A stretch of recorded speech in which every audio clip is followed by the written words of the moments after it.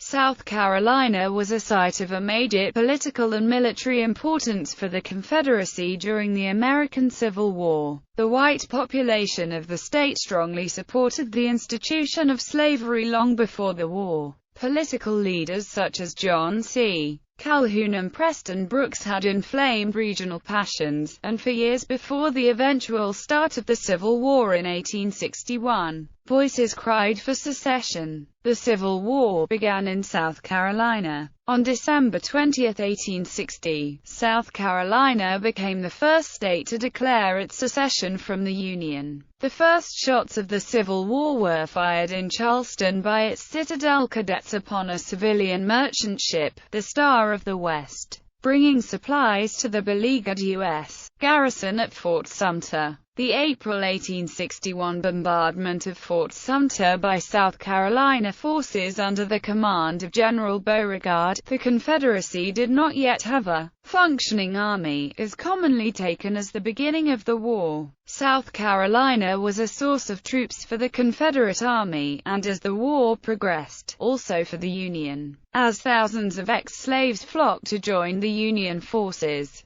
The state also provided uniforms, textiles, food, and war material, as well as trained soldiers and leaders from the Citadel and other military schools. In contrast to most other Confederate states, South Carolina had a well-developed rail network linking all of its major cities without a break of gauge. Relatively free from Union occupation until the very end of the war, South Carolina hosted a number of prisoner-of-war camps. South Carolina also was the only southern state not to harbor pockets of anti-secessionist fervor strong enough to send large amounts of white men to fight for the Union, as every other state in the Confederacy did. Among the leading generals from the Palmetto State were Wade Hampton III, one of the Confederacy's leading cavalrymen, Max I. Gregg, killed in action at Fredericksburg, Joseph B. Kershaw, whose South Carolina Infantry Brigade saw some of the hardest fighting of the Army of Northern Virginia, and James Longstreet, who served in the Army of Northern Virginia under Robert E. Lee and in the Army of Tennessee under Gen. Braxton Bragg. Secession. For decades, South Carolinian political leaders had promoted regional passions with threats of nullification and secession in the name of Southern states' rights and protection of the interests of the slave power. Alfred P. Aldrich, a South Carolinian politician from Banwell, stated that declaring secession would be necessary if a Republican candidate were to win the 1860 U.S. presidential election, stating that it was the only way for the state to preserve slavery and diminish the influence of the anti-slavery Republican Party, which, were its goals of abolition realized, would result in the destruction of the South. If the Republican Party, with its platform of principles, the main feature of which is the abolition of slavery and, therefore, the destruction of the South, carries the country at the next presidential election, shall we remain in the Union, or form a separate Confederacy? This is the great, grave issue. It is not who shall be president. It is not which party shall rule. It is a question of political and social existence. Alfred P. Aldrich, in a January 1860 speech, South Carolinian Congressman Lawrence Massillon Keith summed up to this view in an oratory condemning the Republican Party for its anti-slavery views, claiming that slavery was not morally wrong, but rather justified. The anti-slavery party contends that slavery is wrong in itself, and the government is a consolidated national democracy. We of the South contend that slavery is right. Lawrence Massillon Keith's speech to the House. Later that year, in December, Keith would state that South Carolina's declaring of secession was the direct result of slavery. Our people have come to this on the question of slavery. Lawrence Massillon Keith's South Carolina secession debates. On November 9, 1860, the South Carolina General Assembly passed a resolution to call the election of Abraham Lincoln as U.S. President a hostile act, and stated its intention to declare secession from the United States. In December 1860, amid the secession crisis, former South Carolinian Congressman John McQueen wrote to a group of civic leaders in Richmond, Virginia, regarding the reasons as to why South Carolina was contemplating secession from the Union. In the letter, McQueen claimed that U.S. President-elect Abraham Lincoln supported equality and civil rights for African Americans as well as the abolition of slavery, and thus South Carolina, being opposed to such measures, was compelled to secede. I have never doubted what Virginia would do when the alternatives present themselves to her intelligent and gallant people, to choose between an association with her sisters and the dominion of a people who have chosen their leader upon the single idea that the African is equal to the Anglo-Saxon, and with the purpose of placing our slaves on equality with ourselves and our friends of every condition. And if we of South Carolina have aided in your deliverance from tyranny and degradation, as you suppose,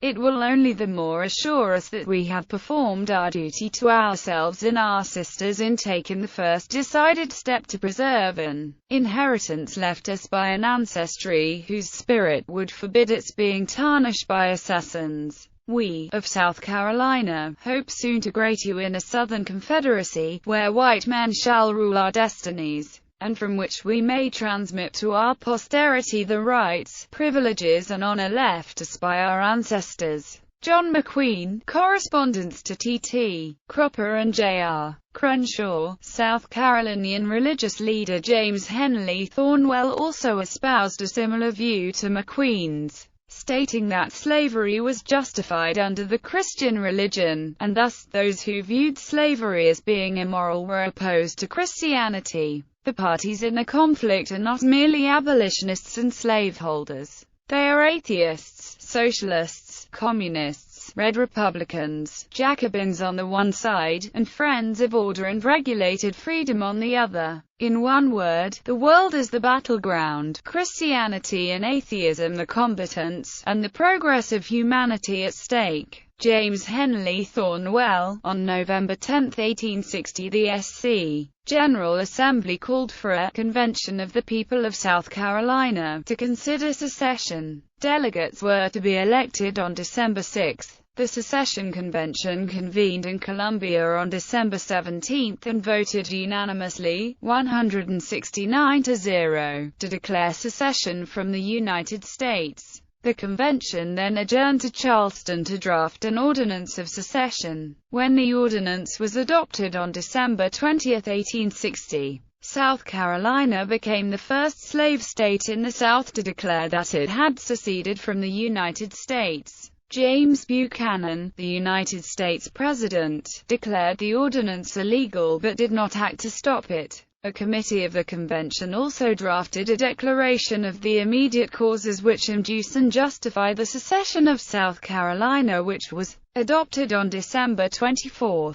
The secession declaration stated the primary reasoning behind South Carolina's declaring of secession from the Union, which was described as increasing hostility on the part of the non-slaveholding states to the institution of slavery. Declaration of the immediate causes which induce and justify the secession of South Carolina. The declaration also claims that secession was declared as a result of the refusal of free states to enforce the Fugitive Slave Acts. Although the declaration does argue that secession is justified on the grounds of federal encroachments upon the reserved rights of the states, the grievances that the declaration goes on to list are mainly concerned with the property of rights of slaveholders. Broadly speaking, the declaration argues that the U.S. Constitution was framed to establish each state as an equal in the Union, with separate control over its own institutions, such as the right of property in slaves. We affirm that these ends for which this government was instituted have been defeated, and the government itself has been made destructive of them by the action of the non-slaveholding states. Those states have assumed the right of deciding upon the propriety of our domestic institutions, and have denied the rights of property established in 15 of the states and recognized by the Constitution. They have denounced as sinful the institution of slavery. They have permitted the open establishment among them of societies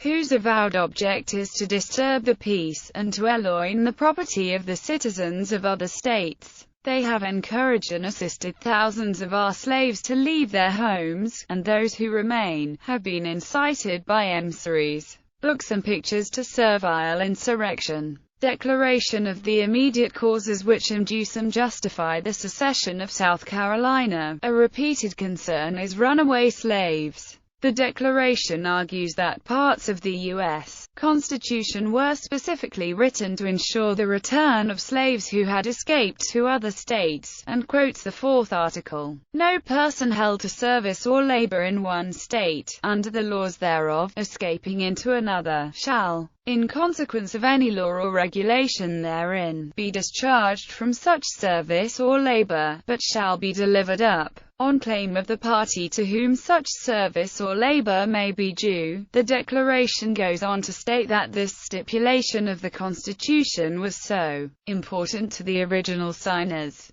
that without it, that compact, the Constitution, would not have been made. Laws from the general government upheld this stipulation for many years, the Declaration says. But an increasing hostility on the part of the non-slaveholding states to the institution of slavery has led to a disregard of their obligations. Because the constitutional agreement had been deliberately broken and disregarded by the non-slaveholding states, the consequence was that South Carolina is released from her obligation to be part of the Union. A further concern was Lincoln's recent election to the presidency, whom they claimed desired to see slavery on the course of ultimate extinction. A geographical line has been drawn across the Union, and all the states north of that line have united in the election of a man to the high office of President of the United States whose opinions and purposes are hostile to slavery.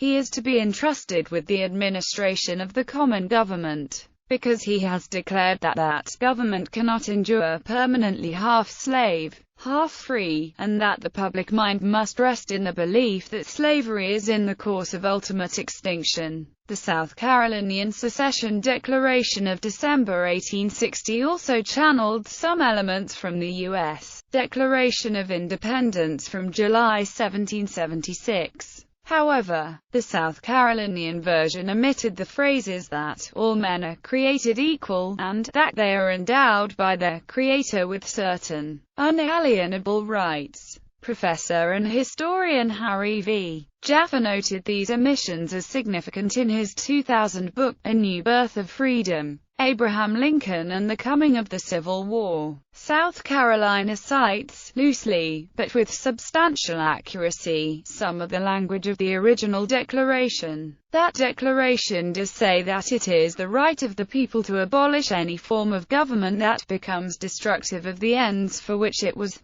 established. But South Carolina does not repeat the preceding language in the earlier document. We hold these truths to be self-evident, that all men are created equal. Harry Victor Jaffa, A New Birth of Freedom, Abraham Lincoln and the Coming of the Civil War. The following day, on December 25, a South Carolinian convention delivered an address to the slaveholding states. We prefer, however, our system of industry, by which labor and capital are identified in interest, and capital, therefore, protects labor, by which our population doubles every 20 years, by which starvation is unknown, and abundance crowns the land, by which order is preserved by unpaid police, and the most fertile regions of the world, where the white man cannot labor, are brought into usefulness by the labor of the African, and the whole world is blessed by our own productions.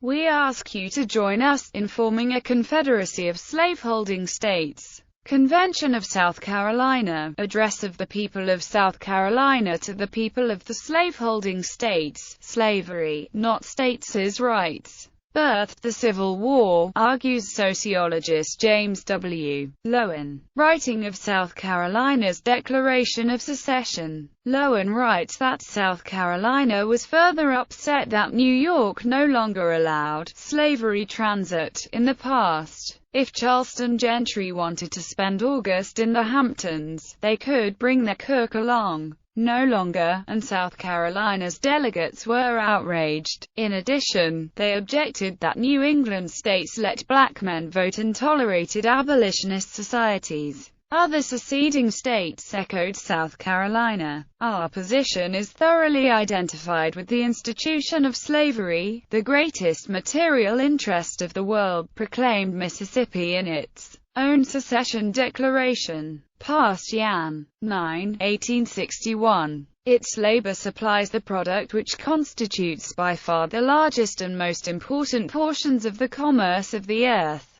A blow at slavery is a blow at commerce and civilization. James W. Loewen, The Washington Post. The state adopted the palmetto flag as its banner, a slightly modified version of which is used as its current state flag. South Carolina after secession was frequently called the Palmetto Republic. After South Carolina declared its secession, former Congressman James L. Pettigrew famously remarked, "South Carolina is too small for a republic and too large for an insane asylum." Soon afterwards, South Carolina began preparing for a presumed federal military response while working to convince other southern states to secede as well and join in a confederacy of southern states. On February 4, 1861, in Montgomery, Alabama, a convention consisting of delegates from South Carolina, Florida, Alabama, Mississippi, Georgia, and Louisiana met to form a new constitution and government modeled on that of the United States. On February 8, 1861, South Carolina officially joined the Confederacy. According to one South Carolinian newspaper editor,